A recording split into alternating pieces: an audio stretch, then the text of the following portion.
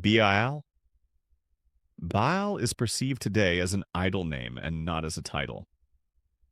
Baal actually means in the Hebrew word as Lord, Master, Owner, Possessor. Baal was a generic title, not originally a proper name. So many nations used Baal as a title for deity, just as El means God. Adonai means Lord. Only later did Baal become identified with specific Canaanite gods, Hadad, Melkart, etc.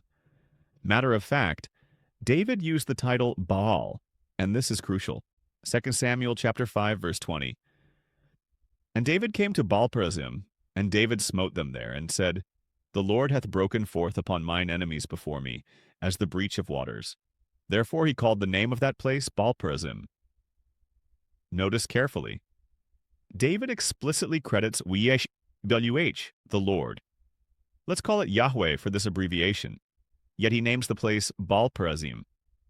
Perazim maying breakings forth. So Baal-perazim means Lord of breakings forth. Know that David is not honoring a foreign god. He is using a known title language and applying it to YHWH, Yahweh. Thus it shows that Baal was still linguistically usable, and the corruption came later, not earlier. Scripture itself confirms this tension, indicating that God later rejects the title because of contamination, not because the word itself was false. The prophet Hosea prophesied, saying, And it shall be at that day, saith the Lord, that thou shalt call me Ishi, and shalt call me no more Baali. Hosea chapter 2, verse 16. Ishi means my husband, Baali means my Lord, my Baal. So God is saying, the title is now polluted by misuse and idolatry. Stop calling me that. This confirms the word was once used of YHWH, which later became spiritually dangerous. This fits a larger biblical pattern like the many divine titles that were shared linguistically then separated by covenant.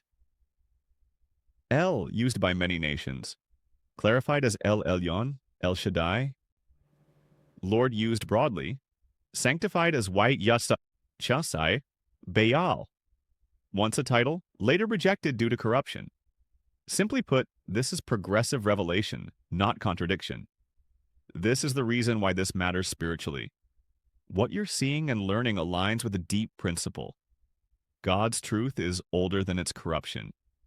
Idolatry often steals titles that once pointed to the true God. The problem was never the word. It was the spirit behind its use.